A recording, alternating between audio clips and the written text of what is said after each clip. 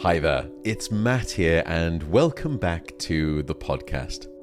Today is an episode that's going to focus on perhaps the best principles and practices for optimizing your sleep, which is why it's important for me to state very clearly who this episode is going to be most effective for and who it is not going to be very effective for. This episode is not designed for people suffering from insomnia. It is not about recommendations that will treat or cure insomnia.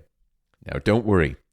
After this episode, I'm going to do a very deep dive. In fact, I'm going to do an entire mini-series all about insomnia. And that will include how clinical practice thinks about the treatment of insomnia. Instead, this episode is for people who don't have clinical insomnia, but would still like to try and do all they can to fine-tune and optimize their sleep.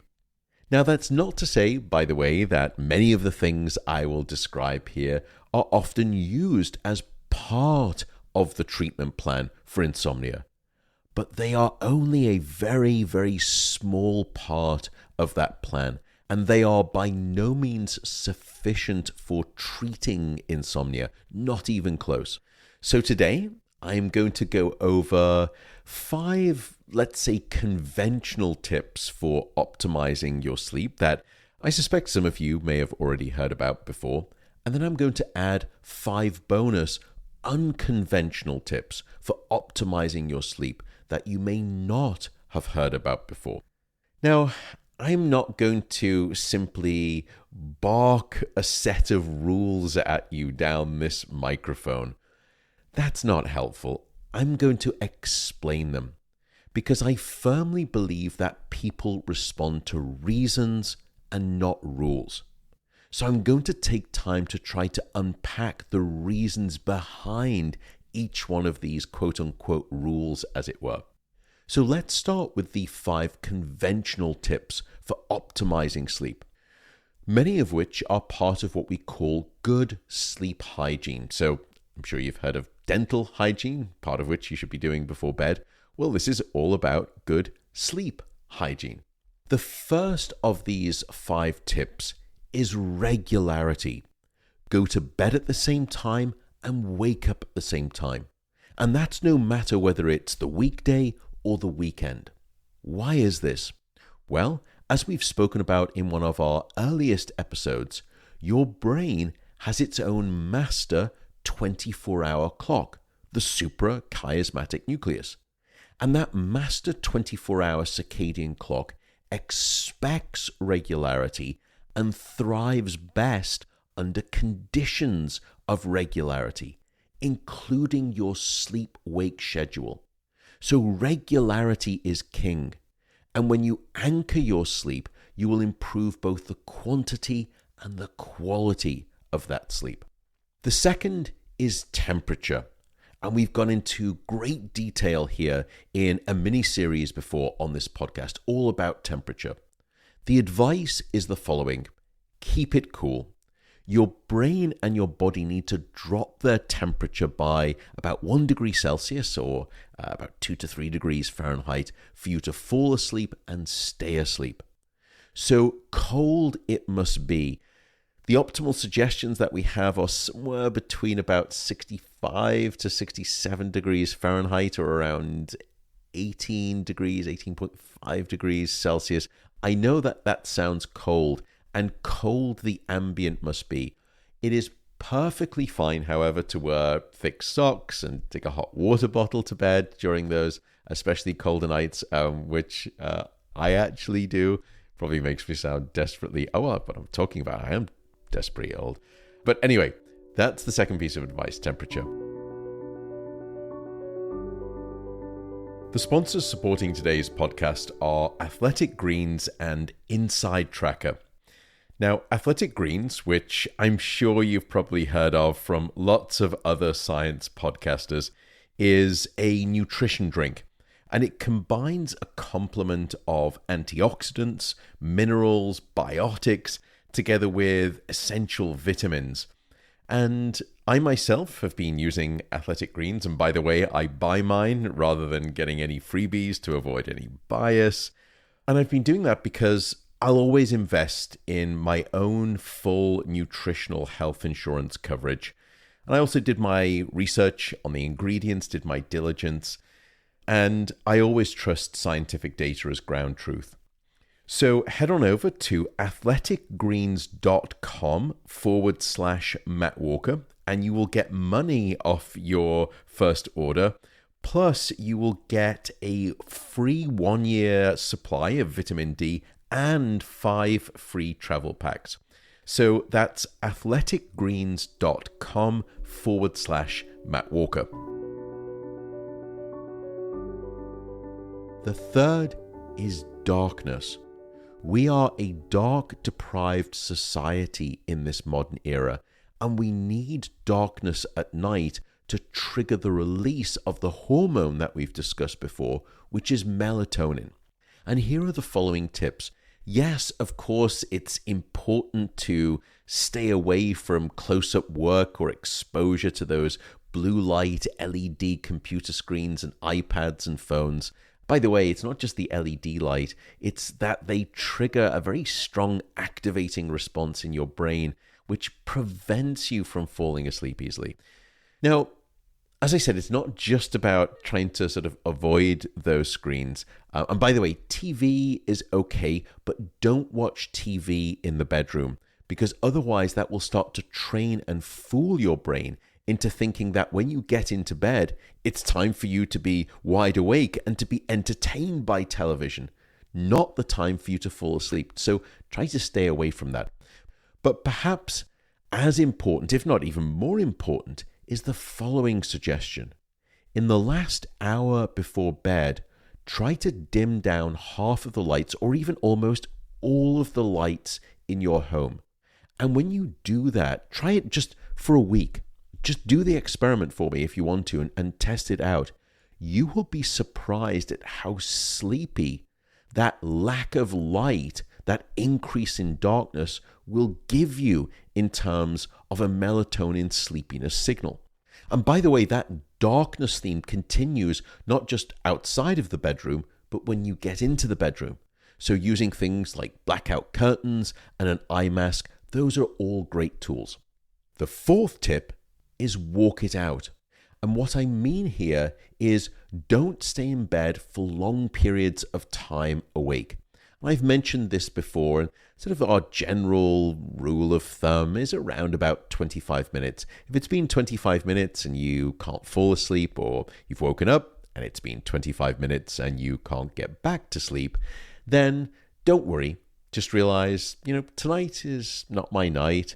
Get up, get out of bed, and in dim light, in a different room if you can, just read a book or relax, do some stretching, and only come back to bed when you're sleepy. And there's no time limit here.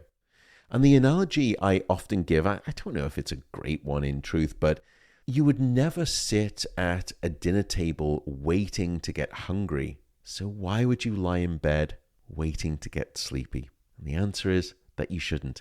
Otherwise, your brain quickly starts to learn once again that this place called my bed, when I get into it, is the place I'm always awake rather than the place I'm soundly asleep.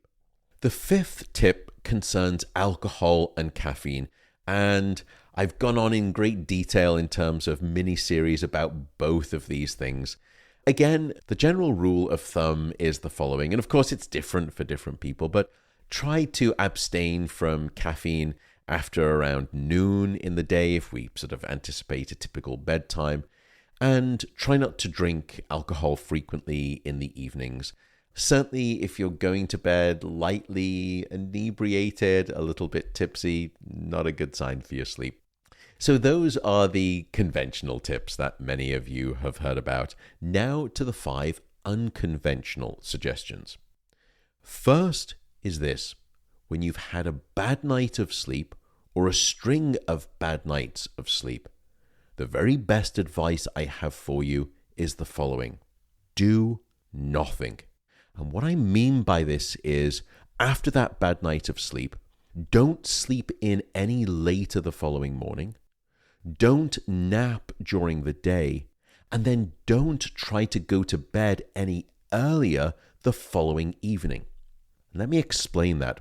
Because if you try to sleep in late, which is very understandable as a reaction to a bad night of sleep, what happens is that when it comes to your natural bedtime the following evening, because you've slept in late, you haven't been awake long enough to build up all of that healthy sleepiness that we spoke about, that adenosine signal. And so you're not going to feel sleepy at your normal time. And that means that you're probably going to have a reduced chance of a good night of sleep once again.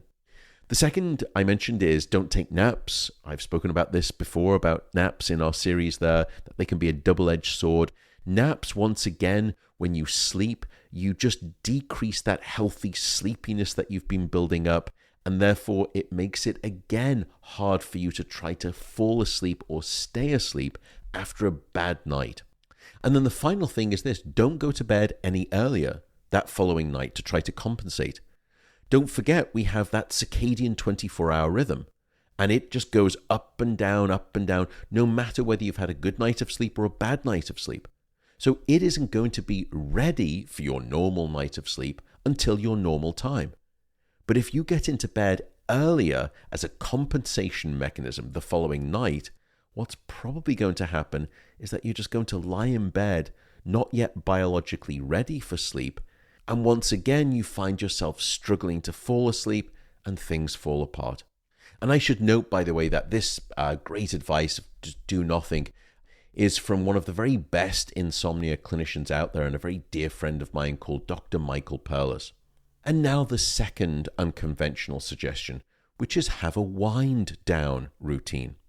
Because I meet many people in society who have perhaps slightly unrealistic expectations or even misperceptions about sleep.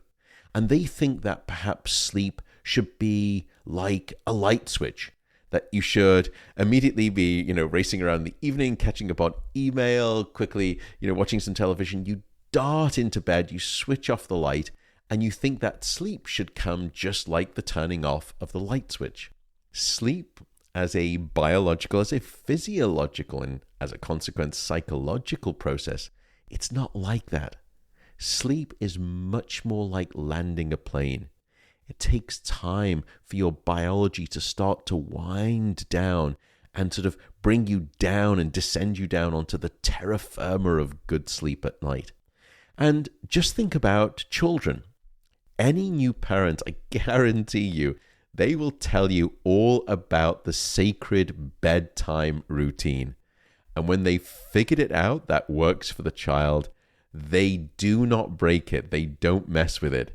Because if they do break that routine, it is not going to be good news in terms of the child's night of sleep.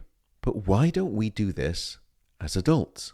Why don't we have our own wind down routine in the evening? Because we should.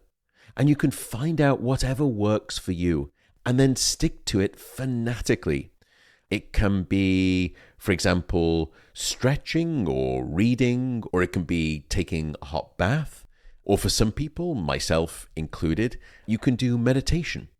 And you can use an app if you like. I am a big fan, and at this stage I have no affiliation with these companies, but I'm a big fan of two apps. The first is with the British monk, Andy Puddicombe, who is one of the former founders of an app called Headspace.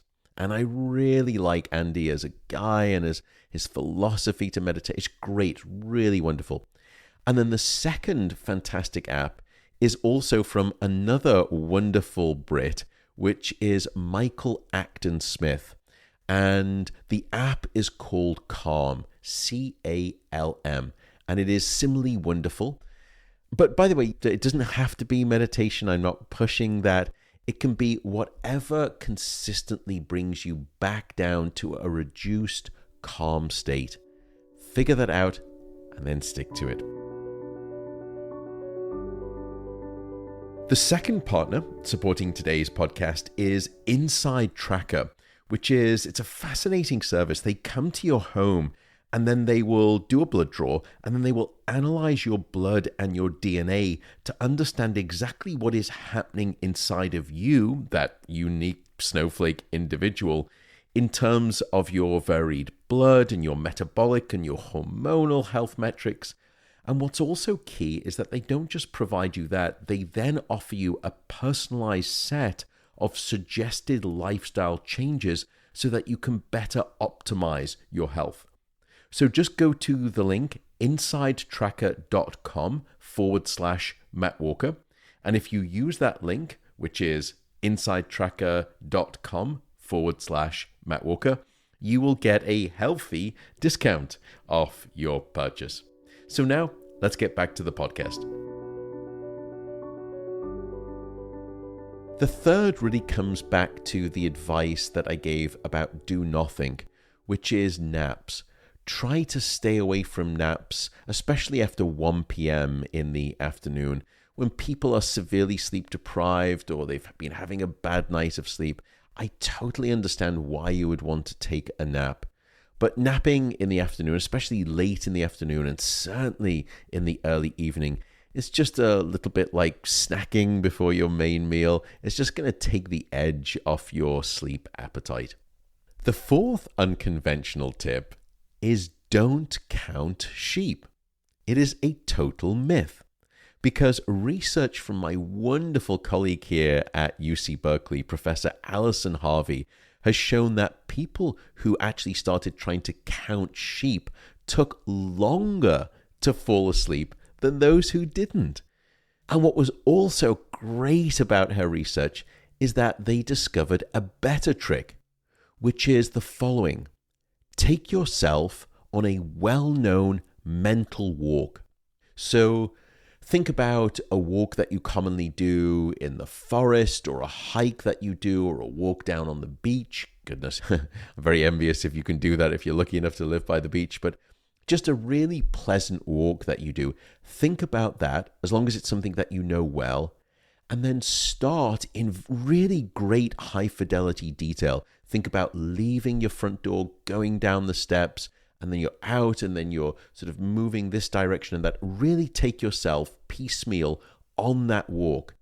And in doing that, it really helps you take your mind off itself. You stop overthinking trying to sleep because you're off on your wonderful mental walk, and then you fall asleep faster. And it is a proven trick that they've discovered. The fifth and final tip I have is to remove all clock faces from the bedroom, especially if you're struggling with sleep. I think I would say particularly or exclusively if you're struggling with sleep, because staring at a clock in the middle of the night at 3:25 a.m. is not going to do any favors for you being able to fall back asleep. In fact, it's been scientifically proven, once again, by my wonderful colleague, Dr. Alison Harvey at UC Berkeley. So it's no problem to have an alarm clock or a clock face, but turn that clock face away from you or hide it from view. And I finally want to come back before we end to what I said about insomnia at the beginning. None of these tips are going to help you cure or solve your insomnia. They are simply tips for better optimizing your sleep. So the analogy would be this. Let's say that you are an athlete and I am your trainer. I can give you all of the wonderful tips to improve your performance. But if you've got a broken ankle, none of those tips are going to help. Instead, we've got to get you to a doctor, fix the broken knee or the broken ankle, and only then can we return to trying to optimize your performance with these different types of suggestions. The same is true with insomnia. If you have insomnia, you need to go and get it clinically managed and seen to first, and then you can come back to these optimized tips. And with that, I will say I hope this has been a useful episode. And I will see you in the next episode, which is going to be, as I said, the first in an entire mini-series dedicated to this thing called insomnia. Take care and goodbye for now.